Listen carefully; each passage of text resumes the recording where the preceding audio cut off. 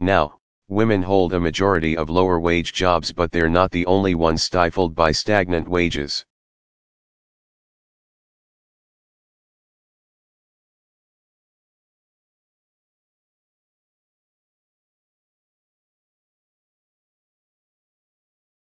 Americans understand that some people will earn more than others.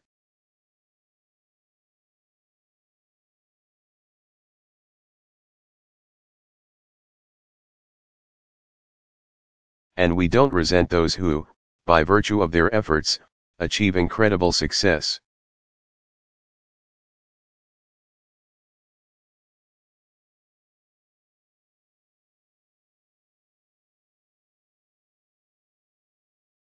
But Americans overwhelmingly agree that no one who works full-time should ever have to raise a family in poverty.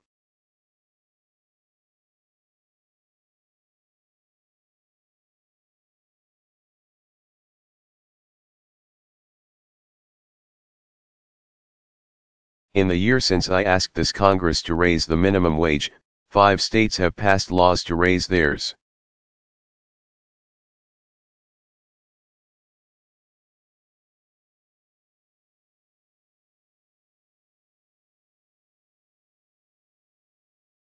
Many businesses have done it on their own.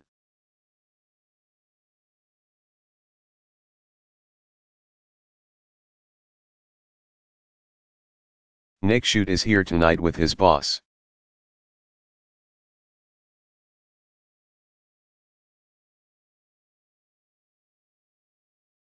John Sorino.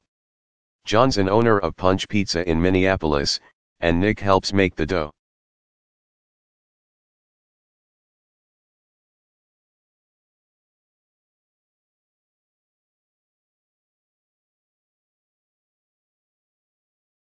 Only now he makes more of it. John just gave his employees a raise.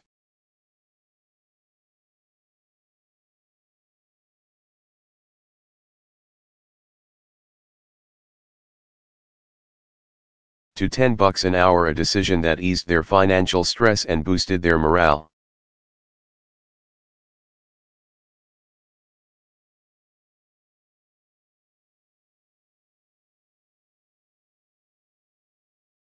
Tonight, I ask more of America's business leaders to follow.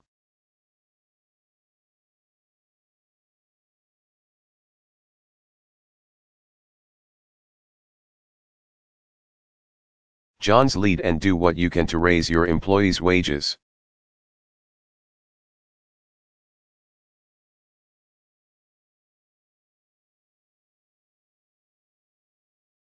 To every mayor, governor, and state legislator in America, I say,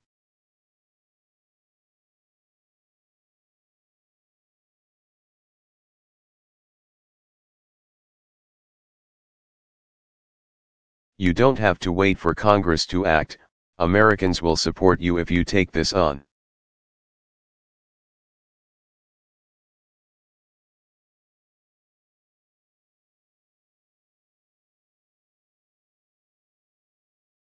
And as a chief executive, I intend to lead by example.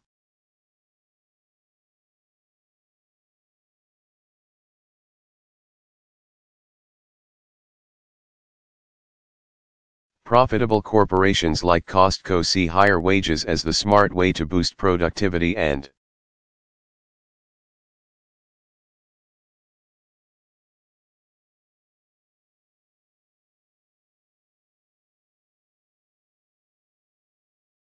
reduce turnover. We should too. In the coming weeks, I will issue an executive order requiring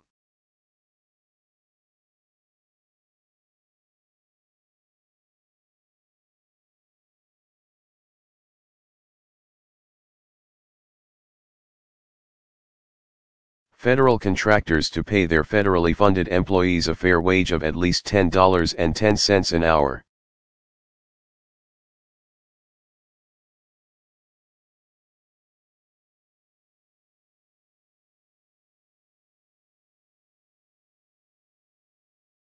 Because if you cook our troops' meals or wash their dishes, you shouldn't have to live in poverty.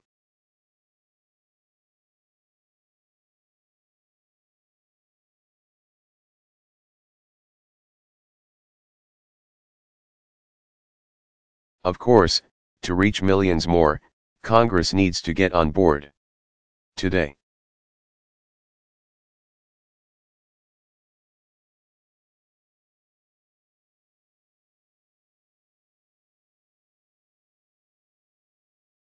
the federal minimum wage is worth about 20% less than it was when Ronald Reagan first stood here.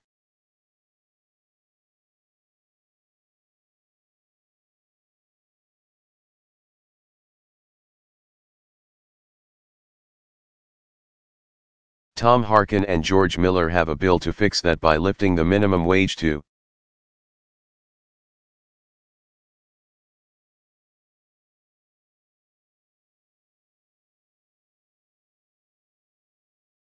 $10.10. This will help families.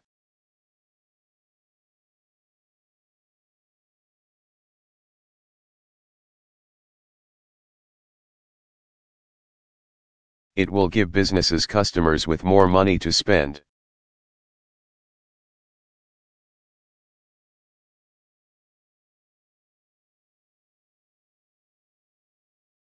It doesn't involve any new bureaucratic program. So join the rest of the country. Say yes.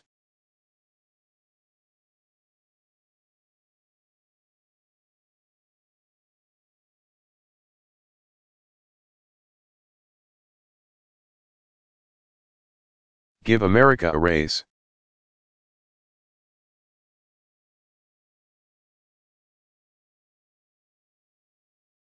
There are other steps we can take to help families make ends meet, and few are more effective at reducing.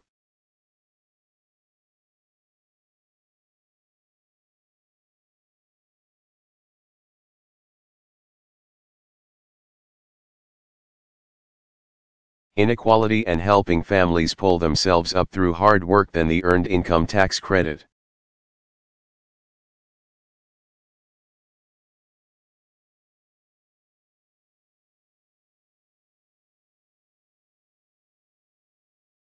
Right now, it helps about half of all parents at some point.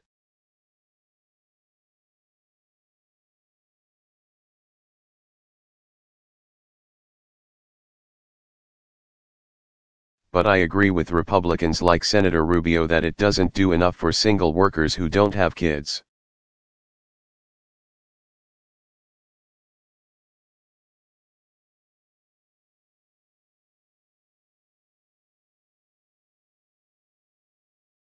So let's work together to strengthen the credit, reward work, and help more Americans get ahead.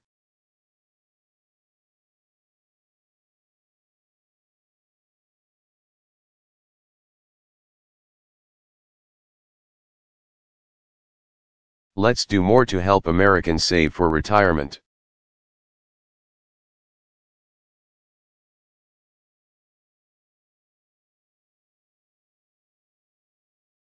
Today, most workers don't have a pension.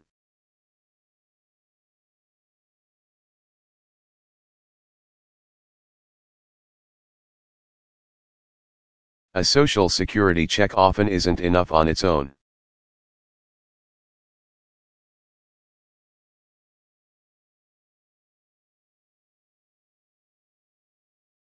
And while the stock market has doubled over the last 5 years, that doesn't help folks who don't have 401ks.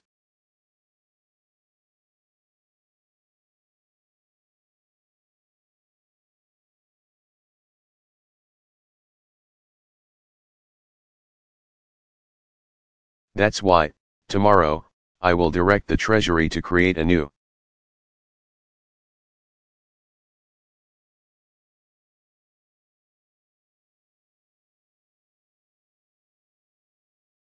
way for working Americans to start their own retirement savings, Myra.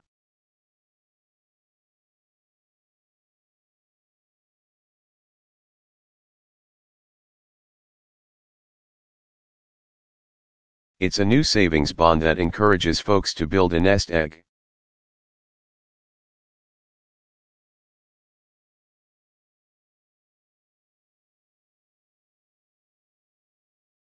Myra guarantees a decent return with no risk of losing what you put in.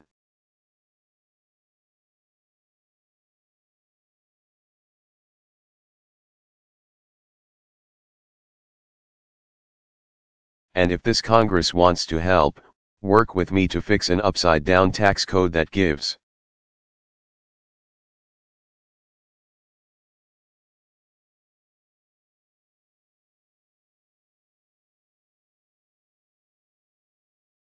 big tax breaks to help the wealthy save, but does little to nothing for middle-class Americans.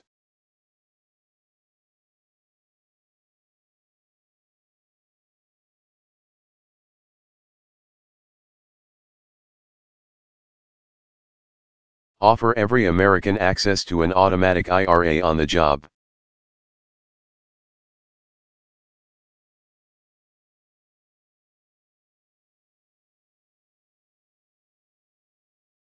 So they can save at work just like everyone in this chamber can.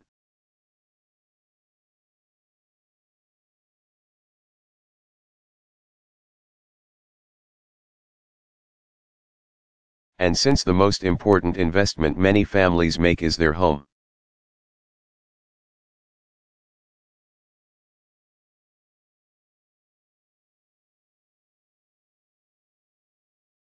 send me legislation that protects taxpayers from footing the bill for a housing crisis ever again.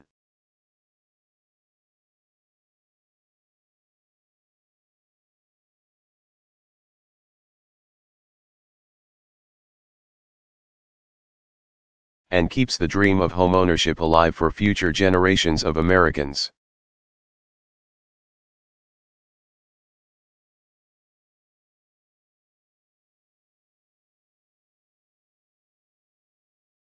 One last point on financial security.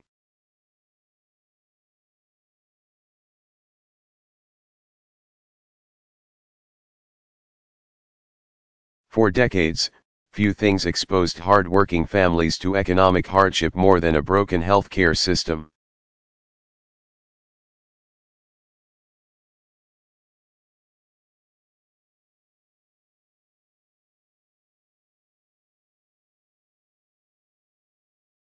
And in case you haven't heard, we're in the process of fixing that.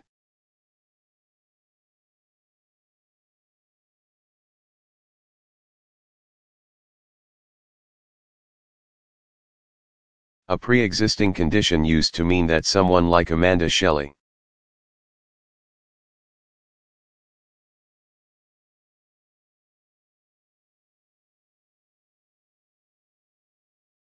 a physician assistant and single mom from Arizona, couldn't get health insurance.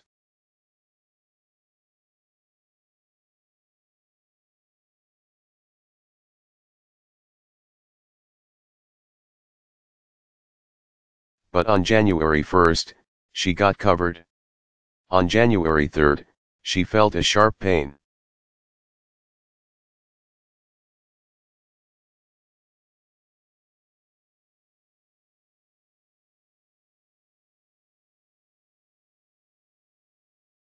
On January 6th, she had emergency surgery.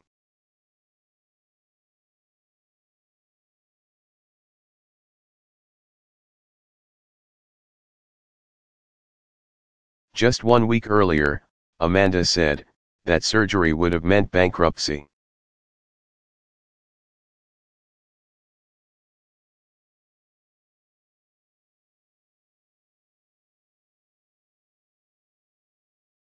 That's what health insurance reform is all about, the peace of mind that if misfortune strikes,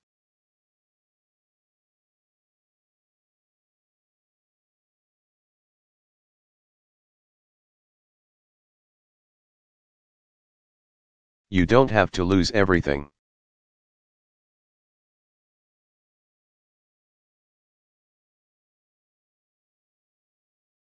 Already, because of the Affordable Care Act.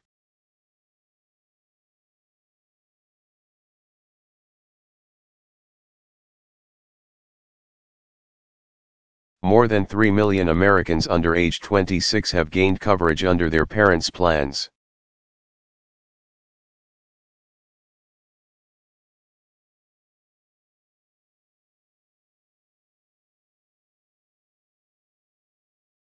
More than 9 million Americans have signed up for private health insurance or Medicaid coverage.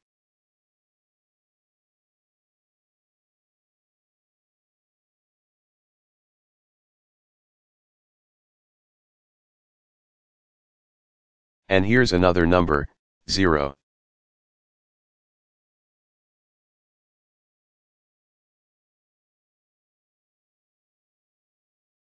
Because of this law, no American can ever again be dropped or denied.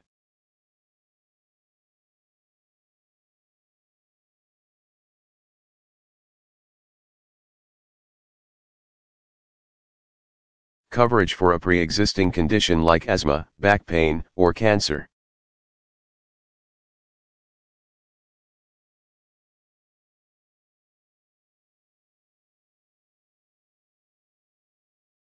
No woman can ever be charged more just because she's a woman.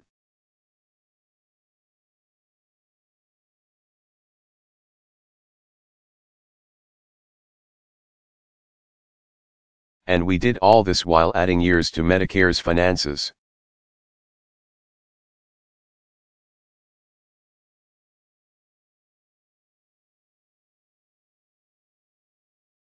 Keeping Medicare premiums flat, and lowering prescription costs for millions of seniors.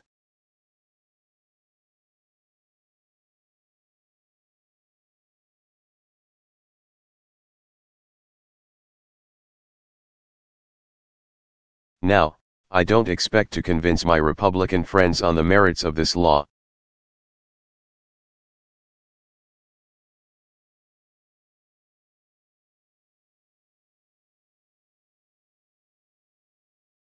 But I know that the American people aren't interested in refighting old battles.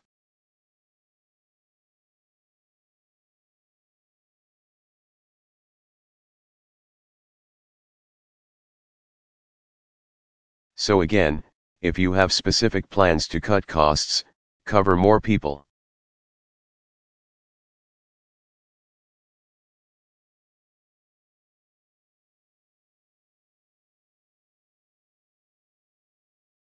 And increase choice, tell America what you'd do differently. Let's see if the numbers add up.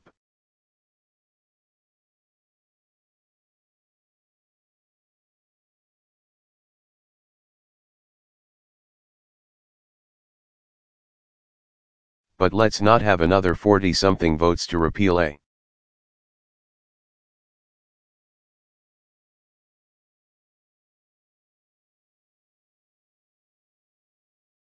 Law that's already helping millions of Americans like Amanda.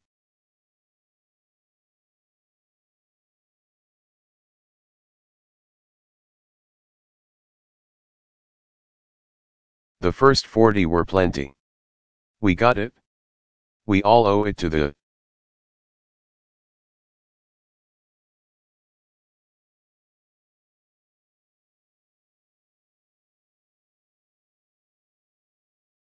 American people to say what we're for, not just what we're against.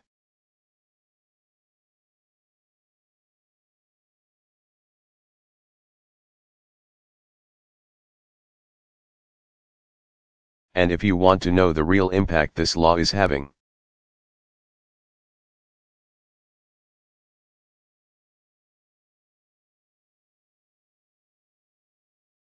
just talk to Governor Steve Beshear of Kentucky, who's here tonight.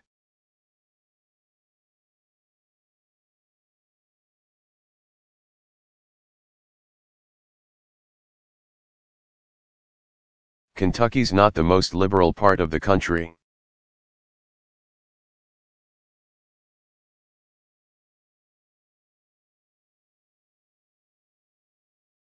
But he's like a man possessed when it comes to covering his Commonwealth's families.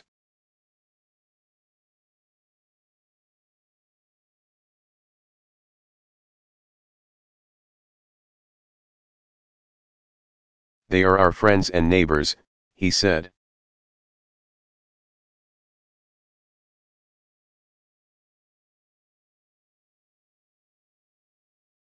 They are people we shop and go to church with, farmers out on the tractors, grocery clerks, they are.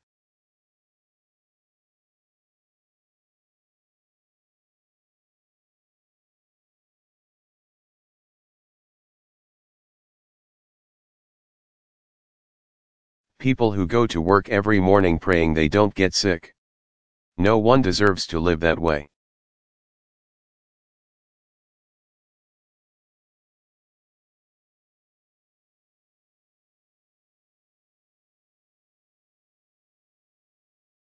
Steve's right.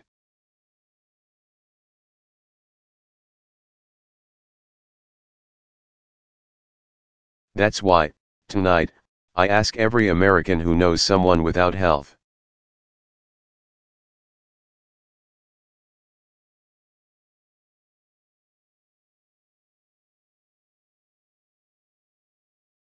insurance to help them get covered by March 31st. Moms, get on your kids to sign up.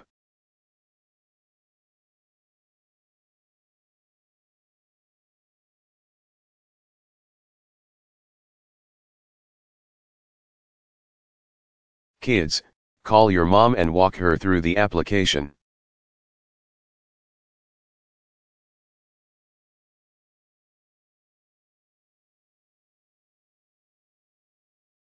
It will give her some peace of mind, plus, she'll appreciate hearing from you.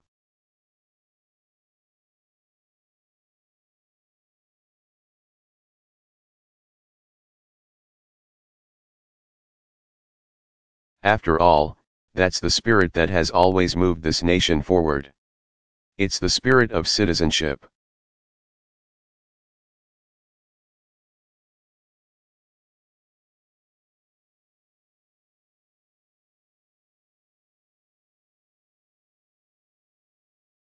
The recognition that through hard work and responsibility, we can pursue our individual dreams.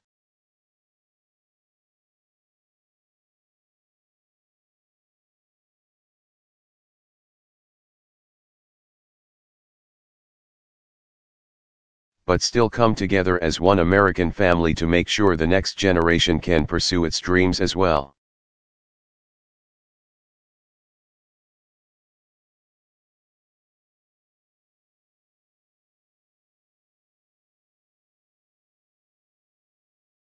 Citizenship means standing up for everyone's right to vote.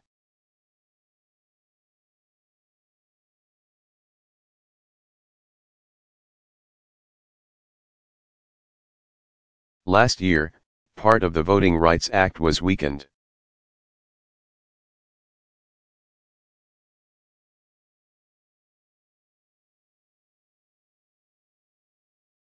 But conservative Republicans and liberal Democrats are working together to strengthen it.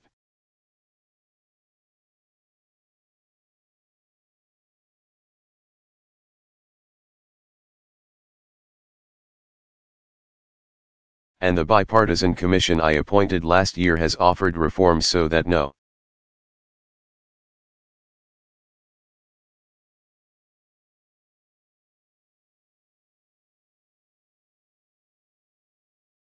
one has to wait more than a half hour to vote.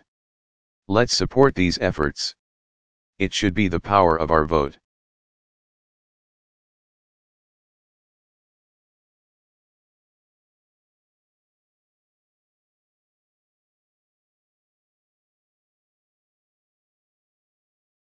Not the size of our bank account, that drives our democracy.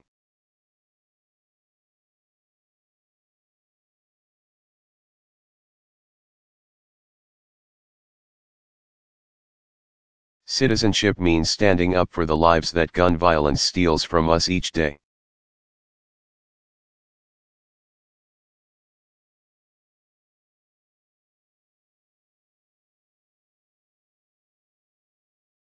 I have seen the courage of parents, students, pastors, and police officers all over this country who say we are not afraid.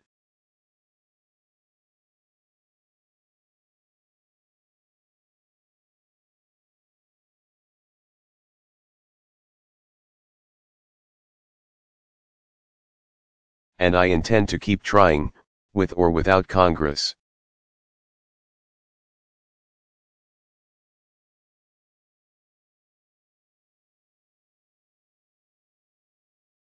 To help stop more tragedies from visiting innocent Americans in our movie theaters, shopping malls, or schools like Sandy Hook.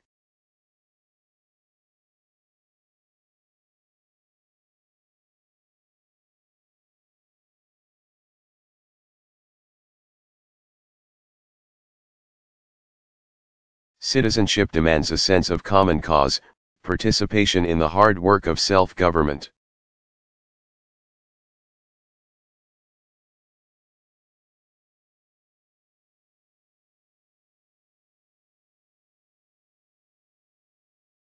an obligation to serve to our communities.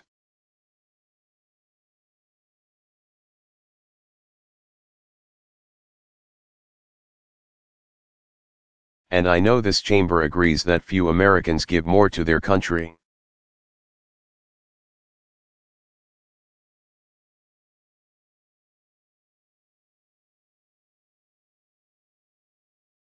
Than our diplomats and the men and women of the United States Armed Forces.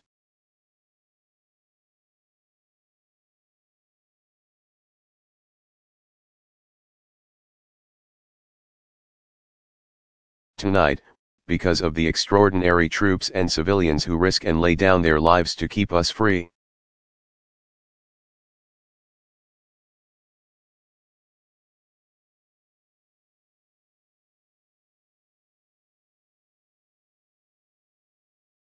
The United States is more secure.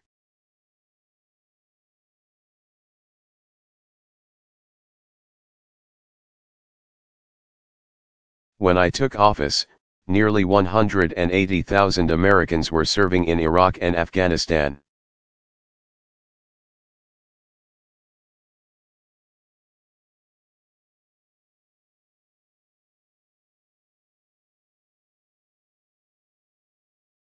Today, all our troops are out of Iraq.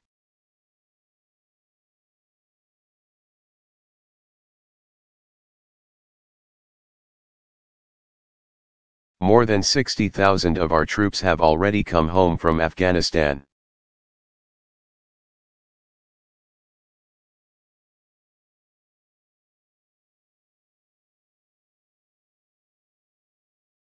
With Afghan forces now in the lead for their own security, our troops have moved to a support role.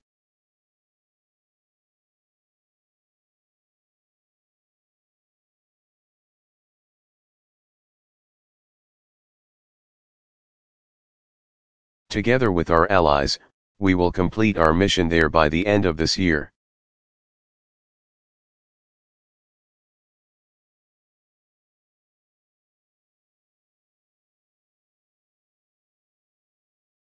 And America's longest war will finally be over.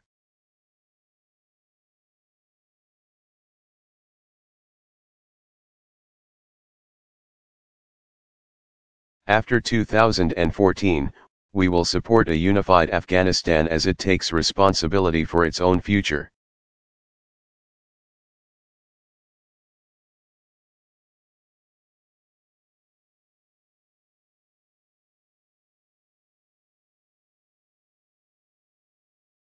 If the Afghan government signs a security agreement that we have negotiated,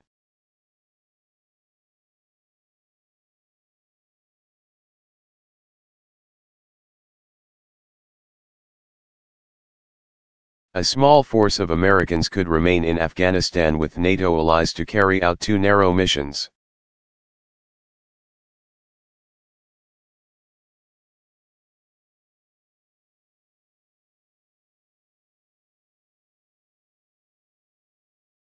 Training and assisting Afghan forces, and counter-terrorism operations to pursue any remnants of Al-Qaeda.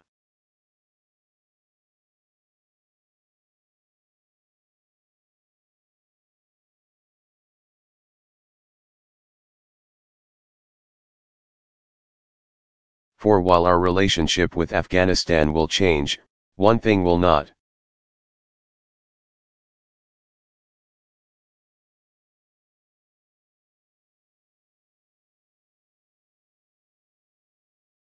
Our resolve that terrorists do not launch attacks against our country.